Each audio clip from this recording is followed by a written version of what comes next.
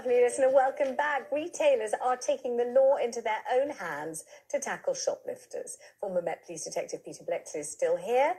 Thank you for staying, Peter. And joining us live from Cambridge is Neil Mackay, owner of Mackay's hardware store in Cambridge. Hello, Neil. Thanks for joining us today.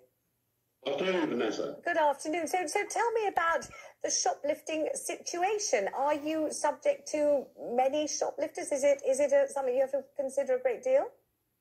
Well, a while back, I decided to take things into my own hands and started creating a wall of photographs of the people who've been shoplifting in my shop, the ones we could identify anyway. Took the images off the CCTV and created a wall of shame, if you like. But I had to put, very importantly, lines across their face so you couldn't actually identify them. Hopefully they could identify themselves. Probably our most notorious one was a person, if you were to Google Magnet Man Cambridge, you would find, well, that one went viral worldwide. We had people ringing us up from Australia and New Zealand saying they were reporting down there that we had the stupidest criminals in Cambridge. Tell us why. What did he do? Well, he stole an industrial magnet from us. We caught him. But he then ran off Olympic style out of the gate. I sent the picture to the local press, and my good friend, the editor, printed it full page, complete with the line across his face. So you couldn't identify him. The following day, he pitched up to the local police station to complain his human rights were being contravened. But tell me, what's the point of doing any of this if there has to be a line across the face? Because, I mean, the idea, presumably, the line is nobody can see who it is. And if nobody can see who it is, how shaming is it to be on the wall? Well, precisely. It's a bit of it's very awkward from our point of view. We put these signs up, and I've got a whole load of posters all over our wall of shame. But in reality, it means nothing to anybody except the person who's there and presumably knows who they are. But if you do catch somebody shoplifting, what are you supposed to do? You're supposed to detain them until the police arrive? Is that what's supposed to happen if they don't sprint off as Magnet Man did Olympic style? You just sit down on them and hold them there until the police get there, or what are you meant to do? Well, you have problems associated to that, because you can hold people or detain people. We don't have rights to detain as such. We're not the police. So there have been cases where people have actually been prosecuted for detaining people against their will. It's a real problem. I would like to take issue with the word shoplifting, though. I really don't think there's a need to call it anything other than theft or shop theft. No, I get that completely. Why should you? You're quite right. It's a euphemism and it doesn't deserve to be. Let's bring in Peter Blexley here. What are retailers supposed to do? So imagine you're Neil Mackay. You've got your Mackay's hardware store in Cambridge. Somebody's shoving some kind of magnet or other things up their jumper. What are you supposed to do? And how do you detain them until the police get there? Well, sadly, Mr. Mackay's story is replicated the length and breadth of the country. Yeah.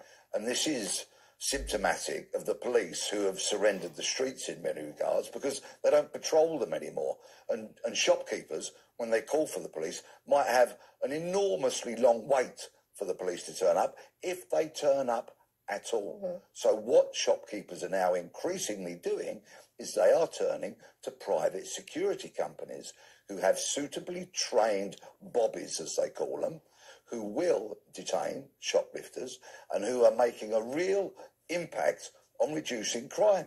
This is the state we've got to, because the police are not there doing this kind of work. And what are they empowered to do, these private security companies? Imagine they catch a shoplifter. What can they do with them? What are they allowed to do? Well, it's theft, and they will detain them and hold them for as long as they see fit until the police turn up.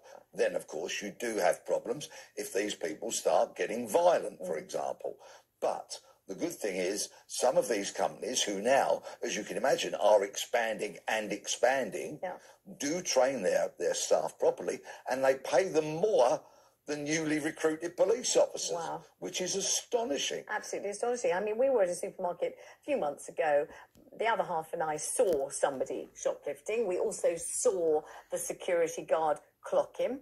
We also saw him run right past the security guard, and we saw the security guard really fail to give any sort of convincing chase at all, really just barely even, try to catch this dude.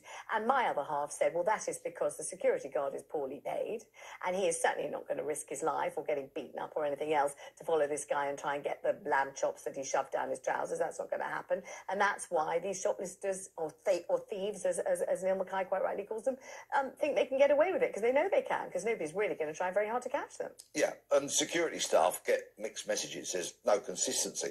For example, my story of seeing theft in action in a store the other week was where the security guard actually did confront the shoplifter, the thief, who had a basket full of very expensive alcohol.